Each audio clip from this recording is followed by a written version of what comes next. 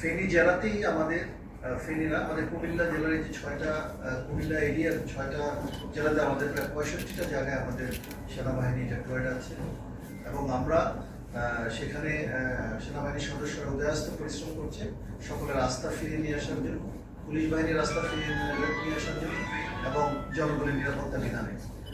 আমাদের respected chief of staff আমাদের প্রথমে 2টা ইনস্ট্রাকশন দিয়েছিলেন, একটা হলো সেভ লাইফস আর একটা look after the minorities. So এই 2টা মূল কাজ নিয়েই কিন্তু আমরা উদয়াস্ত পরিশ্রম করছি এবং সেই সূত্রেই আপনাদের সাথে আজকে কথা বলব। তো যখন গন্ডগোল শুরু হলো, যখন বিভিন্ন থানাতে অ্যাটাক শুরু হলো, আমাদের একসাথে কিন্তু অনেকগুলি থানাতে অ্যাটাক হয়েছে, প্রায় 18 কুমিল্লা এরিয়ার 18টা থানাতে, সবগুলি থানাতে অ্যাটাক হয়েছে, বাট 18টা ক্ষতিগ্রস্ত হয়েছে। এরকম হয়েছে যে আগুন লাগিয়ে দিয়েছে, পুলিশ বাহিনীর সদস্যরা উপরে আছে, আমার পেট্রোল আমি মুভ করেছি, রাস্তায় ব্যারিকেডের জন্য এগোতে পারছে না, কোনো রকমে আরেক দিক দিয়ে আরেকটা পেট্রোল ওখানে যেয়ে তারপরে 26 জন পুলিশ সদস্যকে উদ্ধার করলো ইলিয়টগঞ্জ থেকে। তারপরে তিতাসের 26 জন পুলিশ সদস্য 12 ঘন্টা নেগোসিয়েশনের পরে তাদের বের করা হলো, তাদের এরকম ভাবে সংক্ষুব্ধ ছিল।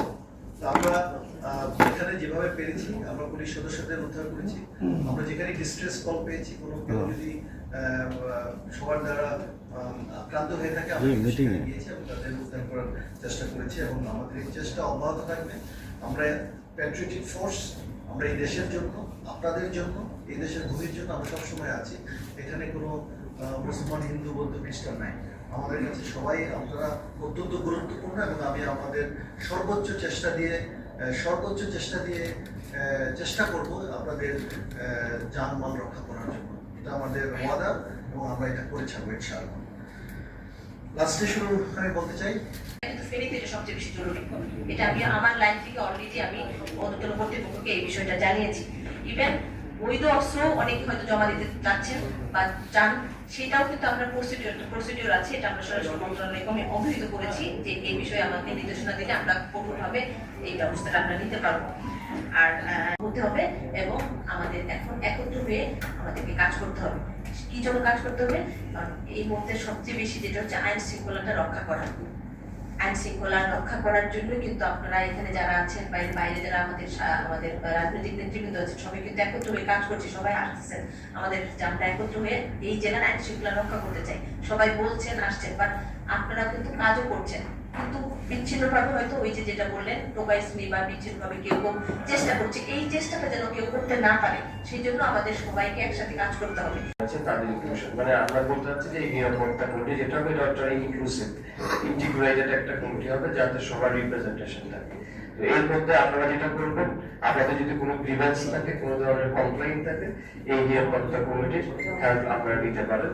তবে ওই 2-3টা থানা যেহেতু এখানে কোনো ম্যাজিস্ট্রেট নাই, কোনো বসার জায়গা নাই, কোনো ট্রান্সপোর্ট নাই, একটু ফুললি ফাংশন হতে একটু সময় লাগবে। এই সময়টাতে নিরাপত্তা কমিটির যারা আছে তারা আপনাদেরকে সাপোর্ট দিতে যাবেন আর কি। আর এই যে একটা বিষয় বলেছেন যে অস্ত্রের বিষয়, সেটা আমরা ইতিমধ্যে যে কার্যক্রম বা প্রধানগুলো আছে তাদের কাছে আমরা কিন্তু আমাদের ছাত্র ভাইদের পাঠিয়েছি যে তাদের কোনো অসুবিধা আছে কিনা, তারা কি নিরাপত্তাহীনতা ভুগতেছে কিনা, তাদের যদি অসুবিধা থাকে আমরা নিরাপত্তার ব্যবস্থা করতেছি যতটুকু আমাদের মাধ্যমে সম্ভব। আমরা কিন্তু তাদের কাছে রিচ করার চেষ্টা করেছি। তো আমাদের পক্ষ থেকে এটা ছিল সর্বোচ্চ চেষ্টা, মানে আমরা তো আইন শৃঙ্খলা নিয়ে কাজ করি না, তো আমরা ছাত্ররা যতটুকু পেরেছে যে নিরাপত্তা দেওয়ার চেষ্টা করেছি। এটা গেদার করে রেখেছি, এখন ইমপ্লিমেন্টেশনটা এটা হয়তো এট এনি ইনস্ট্যান্ট এটা হয়ে যাবে। আমি আর বেশি সময় নেব না, স্যার বক্তব্য রাখবেন। তো আমরা আবার স্কুলে যাওয়া বা কলেজে যাওয়া, আবার শিক্ষার্থীরাও যেন নির্ভয়ে স্কুলে যেতে পারে, কলেজে যেতে পারে। পড়াশোনার এই পরিবেশটা আমার কাছে মনে হয়েছে জরুরি, কারণ আপনারা যারা ছাত্র তারা স্যার বলেছেন যে আপনারাই আগামী ভবিষ্যৎ। এই জায়গাগুলোতে আমরা এখানে যারা বসছি, এখানে আপনারাই বসছেন, আপনারাই বসবেন, আপনারাই দেশকে এগিয়ে নিয়ে যাবেন। সেই জন্য লেখাপড়াটার পরিবেশটা যেন মানে একদম নির্বিঘ্নে হয়, অভিভাবক যেন নির্বিঘ্নে তার সন্তানকে স্কুলে পাঠাতে পারে, কলেজে পাঠাতে পারে। এই বিষয়টা আমি একটু আপনাদের এই বিষয়টা নজর দেওয়ার জন্য মানে অনুরোধ করছি। রাষ্ট্র কিভাবে চালিয়েছেন আমরা সবাই জানি। আমি কালকে একটা পত্রিকা একটা নিউজ পড়ে আমার চোখে কান্নার ঝড় উঠেছে। 10 বছর আয়নাঘরে ছিলেন, বলেন সবাইকে বলার সুযোগ দিন। আপনাকে বলতে না, এই যে আয়নাঘর, এই যে লাশের হ্যাঁ, এটাতে আমাদের ধর্মটা হলো যার যার কাছে, কিন্তু আমরা তো সব এই দেশ স্বাধীন করতে হিন্দুদেরও তো বিশাল একটা ত্যাগ আছে, তাই না? কত মানুষ মারা গেছে, তাদের শহীদ হয়েছে। জেনারেল সিআর দত্ত আছেন, তারপরে আরেকজন নবীন কুমার আছেন, আরো অনেকে, অনেক বীরুত্তম, বীরপতি অনেকে আছেন। সো সবার মাধ্যমে এদের স্বাধীন হয়েছে। সো এখানে কারো অধিকার নাই আপনাদের কোনো কনসার্ন তৈরি করা। আমাদের ঝুঁকিপূর্ণ মানুষ আমি বলতে চাই যে তাদের হয়তো আশেপাশে কোনো কারণে ঝুঁকি তৈরি হয়েছে। তো আমি মনে করি যে আমরা সবসময় আমরা এই কাজটা করেছি এবং আপনাদের সাথে আছি। তো আপনাদের যদি কোনো কনসার্ন থাকে আপনারা বলতে পারেন, আমরা অ্যাড্রেস করবো। তার আগে আমি ডিসি মহোদয়ের সাথে এর আগে আরেকদিন মিটিং হয়েছে, আমি বলেছিলাম যে বিভিন্ন ওয়ার্ডে কমিটি করার জন্য, কমিউনিটি পুলিশিং এর করার জন্য। আমাদের ওই কনসার্নটা কমে গেছে, বাট তারপর পুলিশ বাহিনীর সংখ্যাও অনেক নয়। তো কমিউনিটি পুলিশিংটা থাকতে হবে যাতে কেউ কোনো সুযোগ না নিতে পারে, একটা ঘটনা ঘটিয়ে যাতে আবার একটা বড় একটা হেডলাইন তৈরি করতে না পারে। তো আমাদের সবার আগে দেশ, এটাই আমাদের মনে রাখতে হবে। প্রথম আমাদের দেশ, আমাদের দেশের স্বাধীনতা, এবং এই স্বাধীনতার এই অখণ্ডতা এবং এই স্বাধীনতা রক্ষা করার জন্য আমরা দায়বদ্ধ, এবং আমরা আমাদের সর্বোচ্চ ত্যাগ করতে সবসময় প্রস্তুত। এবং এটার উপরে যারাই আঘাত করবে তাদের বিরুদ্ধে আমরা আমাদের কার্যক্রম চালিয়ে যাবো। ঠিক আছে? সবসময় জনগণের সাথে থাকি এবং জনগণের নিরাপত্তায় আমরা কাজ করি। এখন একটা বিশেষ অবস্থা, এই বিশেষ অবস্থায় আমরা আরো বেশি আপনাদের সাথে ইনভলভ হয়েছি যাতে কোনো দুষ্কৃতিকারীরা আপনাদের কোনো ক্ষতি না করতে পারে।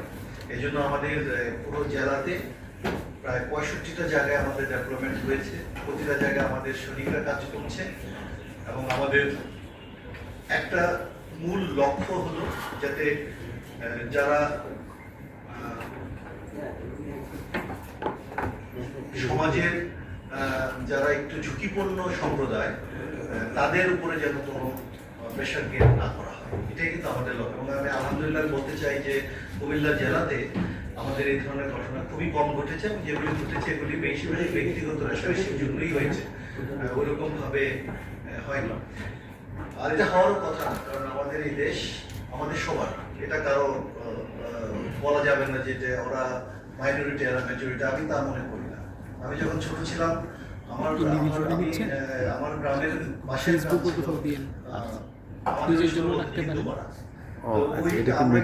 আমাদের রাষ্ট্র ব্যবস্থাপনা সর্বক্ষেত্রে ভেঙে পড়েছিল। না হলে একটি সাধারণ দাবিকে নিয়ে এরকম ঘটনা বাংলাদেশে হওয়ার কথা নয়।